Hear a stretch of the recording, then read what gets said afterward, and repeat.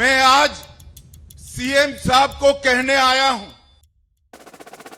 अगर आप सही बोलते हैं तो कल मेरी बात का जवाब तमिलनाडु की जनता के सामने देंगे। गृह मंत्री अमित शाह तमिलनाडु के सीएम एमके स्टालिन को किस बात के लिए चैलेंज कर रहे हैं पता है? वो इसलिए क्योंकि 25 फरवरी के दिन स्टालिन ने परिसीमन पर चर्चा के लिए एक सर्वदलीय बैठक बुलाने की घोषणा की। बैठक तो 5 मार्च को होनी तय हुई है, लेकिन इस ऑल पार्टी मीटिंग के ऐलान के साथ स्टालिन ने संसद की सीटों को लेकर एक बयान दे दिया।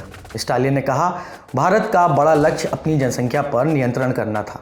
तमिलनाडु ने इसमें बड़ी सफलता हासिल की है। हम ऐसी स्थिति का सामना कर रहे हैं जहां कम जनसंख्या के कारण तमिलनाडु में संसद की सीटों में कमी आ सकती है। अगर ऐसा हुआ तो तमिलनाडु से 39 सांसद नहीं बल्कि केवल 31 सांसद होंगे।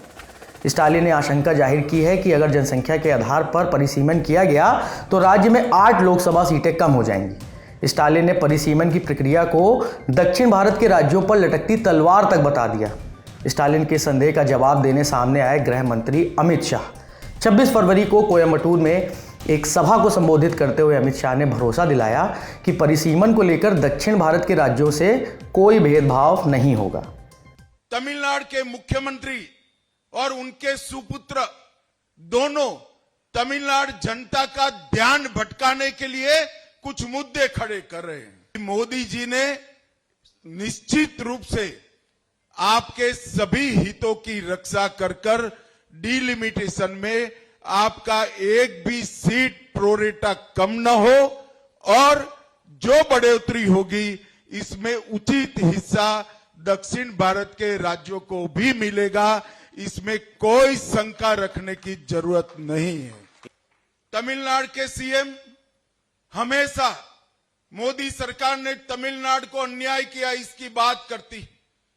मैं आज सीएम साहब को कहने आया हूं, अगर आप सही बोलते हैं तो कल मेरी बात का जवाब तमिलनाडु की जनता के सामने देंगे।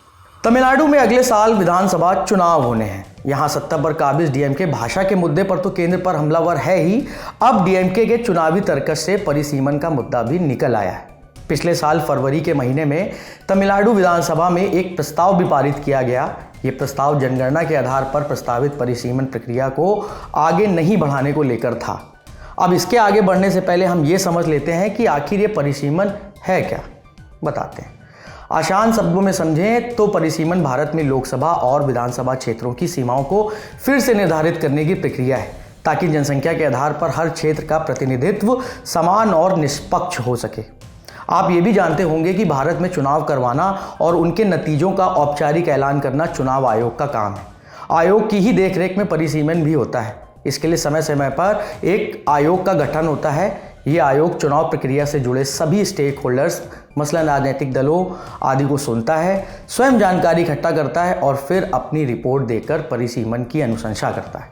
परिसीमन की प्रक्रिया जनसंख्या के आधार पर होती है। भारत के इतिहास में लोकसभा सीटों के परिसीमन के लिए 4 दफा आयोग बनाए गए हैं। कब कब? साल 1952, 1963, 1973 और 2002 में। जब 2002 में परिसीमन हुआ था तो निर्वाचन क्षेत्रों की संख्या में कोई बदलाव नहीं हुआ था, यानी 1973 से लोकसभा सदस्यों की संख्या 543 ही है। माने ये कहा जा सकता है कि 1971 की जनसंख्या के आधार पर ही 2024 में भी लोकसभा सीटें तय हो रही।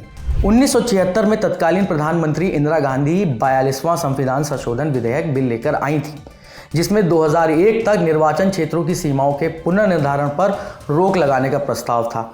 उन्होंने फैमिली प्लानिंग को बढ़ावा देने का हवाला देते हुए संसद में प्रस्ताव दिया था। 2001 में अटल बिहारी वाजपेयी की सरकार ने संविधान संशोधन विधेयक पेश कर इस रोक को 2026 तक बढ़ाने का प्रस्ताव दिया। पूर्व प्रधानमंत्री वाजपेयी ने भी जनसंख्या स्थिरीकरण एजेंडे का हवाला देकर रोक को बरकरार रखा था।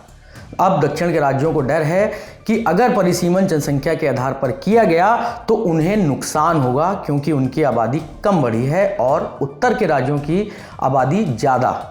ऐसे में बढ़ने वाली सीटें ज़्यादातर उत्तर भारत में ही बढ़ेंगी।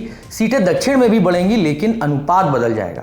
आप गौर कीजिएगा कि दक्षिण के राज्य तमिलनाडु में लोकसभा की 39, कर्नाटक में 28, आंध्र प्रदेश में 25, केरल में 20 और तेलंगाना में 17 सीटें हैं।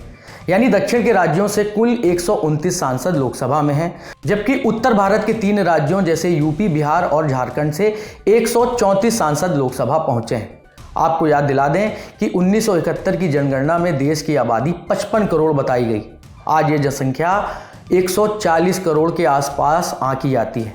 चूंकि 2011 के बाद से जनगणना हुई नहीं है, इसलिए आधिकारिक आंकड़ा मौजूद नहीं है। 1971 से 2024 तक जनसंख्या बस बढ़ी नहीं है, उसके घनत्व में भी अंतर आया है और ये घनत्व हर सूबे में अलग अलग से बढ़ा है। दक्षिण राज्यों जैसे तमिलनाडु, केरल, आंध्र प्रदेश और तेलंगाना ने परिवार नियोजन और स्वास्थ्य सुधारों के जरिए अपनी जनसंख्या वृद्धि दर को काफ़ी हद तक नियंत्रित किया है। दूसरी ओर हिंदी पट्टी के राज्य जैसे यूपी और बिहार में जनसंख्या तेजी से बढ़ी है। इन्हीं चिंताओं के चलते तमिलनाडु सरकार ने परिसीमन को लेकर केंद्र सरकार के प्रस्ताव को साजिश बता दिया है, जिसे केंद्र की ओर से खारिज किया जा रहा है। मीडिया रिपोर्ट्स की माने तो इस बार परिसीमन आयोग बनाने से पहले सरकार ने इसके खाके पर काम शुरू कर दिया है, जिसके प्रतिनिधित्व को लेकर मौजूदा व्यवस्था से छेड़छाड़ नहीं होगी, बल्कि जनसांख्यिकी संतुलन को ध्यान में रखकर एक ब्रॉडर फ्रेमवर्क पर विचार किया जा रहा है। कैमरे के पीछे हैं हमारे साथी जतिन, मैं हूं नीरज और आप देखते रहिए दी लल्लन टॉप।